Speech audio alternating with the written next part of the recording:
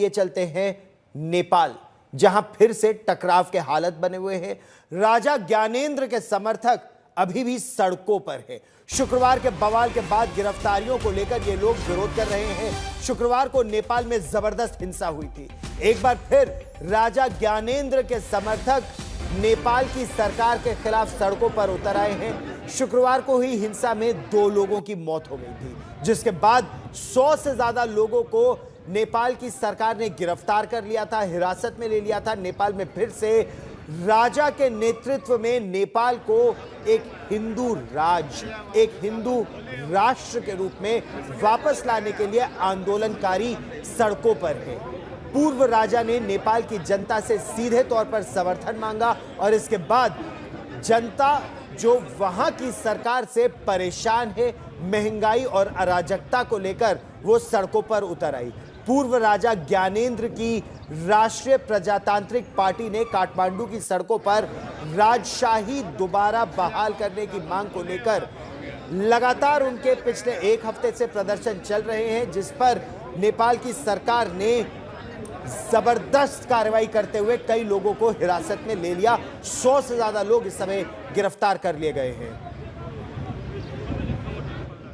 और अभी इस वक्त काठमांडू की सड़कों पर एक बार फिर से जो राजा के समर्थक हैं वो सड़कों पर निकले हैं। उनके पार्टी जो राष्ट्रीय प्रजातांत्रिक पार्टी है उसके समर्थक सड़कों पर निकले हैं और मांग कर रहे हैं कि शुक्रवार को जो संघर्ष देखने को मिला था, जिसमें उनके कई नेताओं को जो है वो चोटें आई थी और कई नेता जो है 100 से ज्यादा उनकी गिरफ्तारी हुई थी, उनके रिहाई की मांग कर रहे हैं। उनके ऊपर जो केस लगाए गए थे वो केस वापस लेने की मांग कर रहे हैं और लगातार इनकी मांग है कि राजशाही जो है वो वापस आनी चाहिए, उसको लाना चाहिए और हिंदू राष्ट्र का दर्जा जो नेपाल से 2008 में छीन लिया गया था और नेपाल को धर्मनिरपेक्ष राज्य देश जो है वो घोषित किया गया था, उसको लेकर जो है लोगों की नाराजगी जो है वो साफ तौर पर नजर आ रही है। और यहाँ पर आपको हम तस्वीरें दिखा रहे हैं, आप देखिए सड़कों पर किस तरीके से भारी संख्या में यहाँ नेपाल पुलिस के जो प्रहरी हैं वो यहाँ पर मौजूद हैं और जो सैकड़ों की संख्या में जो प्रदर्शनकारी है वो आगे बढ़ने की कोशिश कर रहे हैं, लेकिन इनको रोक के यहाँ पर रखा गया है, आगे नहीं बढ़ने दिया जा रहा है, क्योंकि पुलिस की इस बार जो तैयारी भी पूरी पुख्ता है कि किसी भी तरह से शुक्रवार जैसी घटना जो है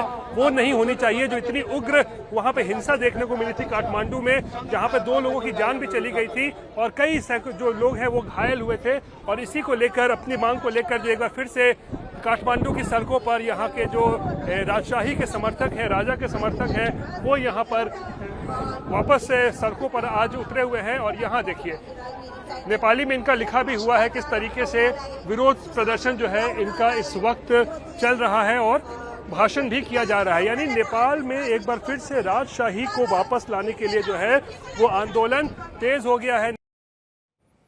और शुक्रवार को ही हिंसा के बाद नेपाल की सरकार ने राजा ज्ञानेंद्र और उनके समर्थकों पर सख्ती और ज्यादा बढ़ा दी है। नेपाल की सरकार में मंत्री प्रदीप यादव ने आज तक से खास बातचीत की और कहा कि राजा ज्ञानेंद्र को नजरबंद कर देना चाहिए। उन्होंने यह भी कहा कि नेपाल में राजशाही की वापसी बिल्कुल असंभव है। काठमांडू की सड़कों पर बवाल मचा था, उसके लिए आप किसको जिम्मेदार मानते हैं? सबसे पहले तो इसका जिम्मेवारी का मूलभूत रूप है और ये पर्दा के पछाड़ी के नायक है जो पूर्व राजा ज्ञानेंद्र शाह है। उन्होंने लोगों को उकसाकर और ये उदंड मचाया, हिंसा करवाया, हत्या करवाया, आगजनी करवाया, लूटपाट मचाया। ये सबका जो मूल दोष है पूर्व राजा ज्ञानेंद्र शाह ही है। उस दिन आंदोलन हुआ है फ्राइडे को, वो आंदोलन एक हिंसात्मक आंदोलन था, एक आतंकवादी शैली तो होता है, उस शैली आतंकवादी नहीं बोला जाए लेकिन शैली लग रहा था कि वैसा ही है, क्योंकि मारने के हिसाब से पूरा काठमांडू जल जाता। कैसे जल जाता कि आप देखे होंगे एयरपोर्ट में हमारे पेट्रोलियम डिपो है, उस डिपो में आग लगाने की कोशिश हुआ। अगर पेट्रोलियम में आग लग जाती तो मेरा काठमांडू का सारा नागरिक मर जाता। वैसा मैंने तांडव मचाया गया, एयरपोर्ट में आगजनी करने की कोशिश किया गया, आपका पत्रकार को घर में ताला बंद करके जिंदा जला दिया गया। कि हिंदू राष्ट्र का भी एक बड़ा सवाल खड़ा हो रहा है कि राजा के समर्थकों ने ये किया तो क्या हिंदू राष्ट्र बनाना चाह रहे हैं नेपाल को? सरकार का क्या इस पे स्टैंड है हिंदू राष्ट्र बनाने को लेकर नेपाल को? सरकार संविधान में जो है उस पर स्पष्ट है, धर्मनिरपेक्षता से अच्छा कुछ नहीं होता है। इसमें हिंदू राष्ट्र के लिए भी उतने सम्मान है और जात जाति के लिए और धर्म के लिए भी उतने सम्मान है। इसीलिए सरकार अपना संविधान के प्रति एकदम ही स्टैंड है, इसमें इफ वोट नहीं है, ठीक है। और रही गल कि हिंदू राष्ट्र का जो बात आप कर रहे हैं, कोई हिंदू राष्ट्र का मुद्दा वहाँ नहीं था। जो लोग आए थे वो हिंदू राष्ट्र का मुद्दा वो के नहीं आए थे, वो लूटने के मनसाय से आए थे, डकैती करने के मनसाय से आए थे, हिंसा फैलाने के मानसिकता से आए थे, हत्या करने के मानसिकता से आए थे। इसीलिए वहाँ पर जो भी लोग आए थे वो लोग कोई हिंदू राष्ट्र का मुद्दा एजेंडा लेकर नहीं आए थे चुके हैं। क्या राजशाही कभी वापस आएगी अब नेपाल में? वो असंभव, कभी संभव नहीं है, एकदम असंभव है, संभव ही नहीं है। चलिए, शुक्रिया, धन्यवाद।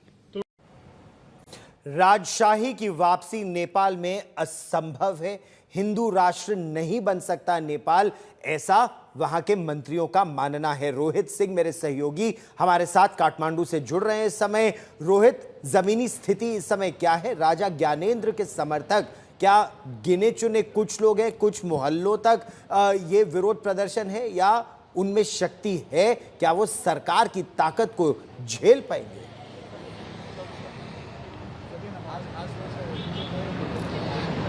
देखिए गौरव, नेपाल में राजशाही की वापसी हो और इसको लेकर जो है मामला काफ़ी वक्त से सुलग रहा था, लेकिन अब ये थोड़ा मामला जो है उग्र होता जा रहा है और इसमें कहीं ना कहीं पब्लिक सेंटीमेंट जो है यानी कि वो भी इससे जुड़ा हुआ है, क्योंकि लोगों का हमने बहुत बात की है।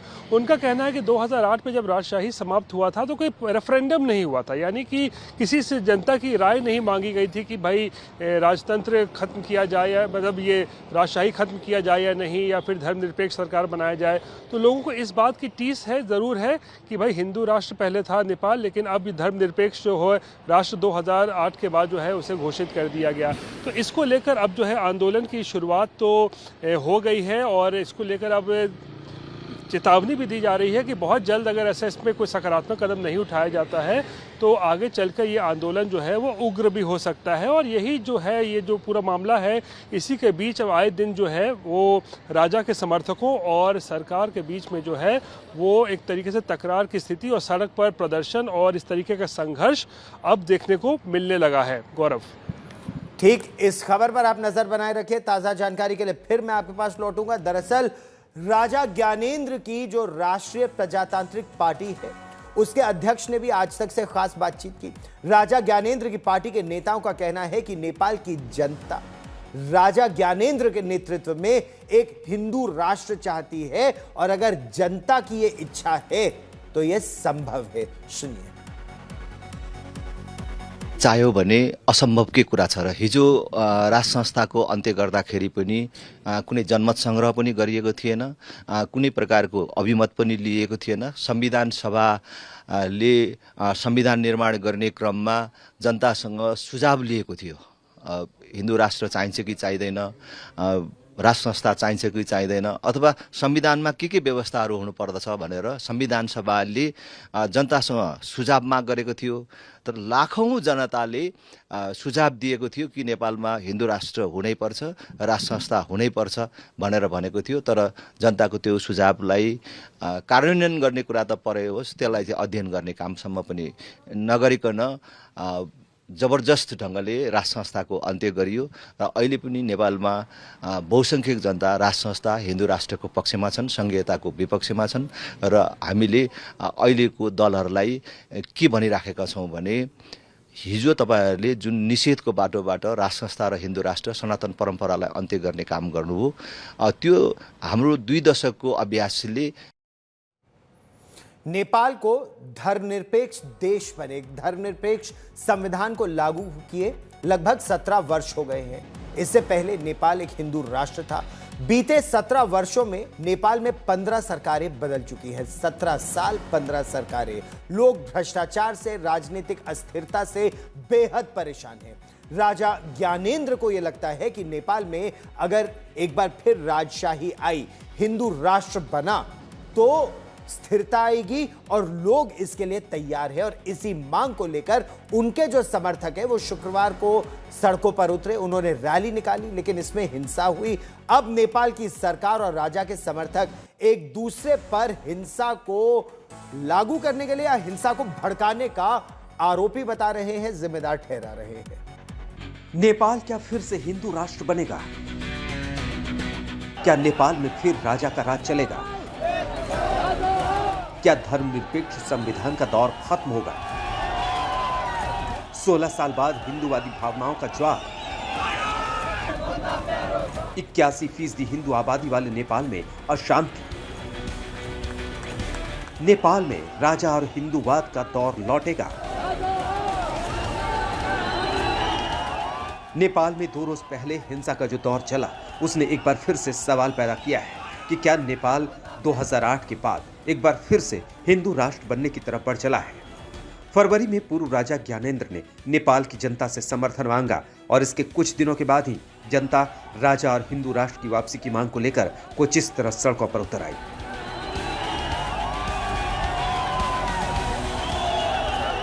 दो 239 बरस के राजशाही के दौर के बाद नेपाल में फिर से हिंदूवाद की बयार बह रही है।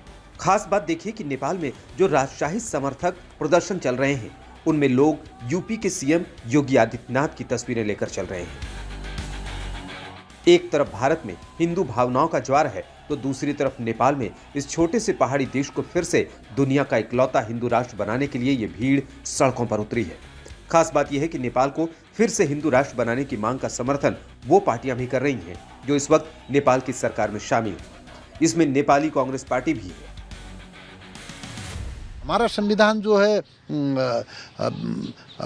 वो आप लोगों के यहाँ धर्मनिरपेक्ष कहते हैं ना, हम लोगों के यहाँ भी धर्मनिरपेक्ष हो गया है। लेकिन लोगों के भीतर, विशेष करके हमारी पार्टी के भीतर भी, देश के भीतर भी ये बहस है कि हिंदू धर्म की संरक्षण और संवर्धन के लिए संविधान में जगह दिया जाना चाहिए। हालांकि इसके साथ कई लोगों का ये भी मानना है, सभी लोगों का ये मानना है कि सभी धर्मों को स्वतंत्रता दी जानी चाहिए, लेकिन हिंदू धर्म का संरक्षण और संवर्धन होना चाहिए करके ये मान्यता है। और नेपाल को हिंदू राष्ट्र बनाने के लिए यहाँ की राजशाही समर्थक जनता जब सड़कों पर उतरी तो उसने कोई कसर नहीं छोड़ी। हिंदू राष्ट्र के लिए हजारों की भीड़ ने जमकर तोड़फोड़ की। एक इमारत को कुछ इस तरह आग लगा दी। एक मीडिया हाउस को भी निशाना बनाया गया। कई घंटे तक काठमांडू की सड़कों पर पुलिस सेना के साथ राजशाही और हिंदू राष्ट्र समर्थक कुछ इसी तरह से जूझते और बार बार आगे बढ़ते रहे।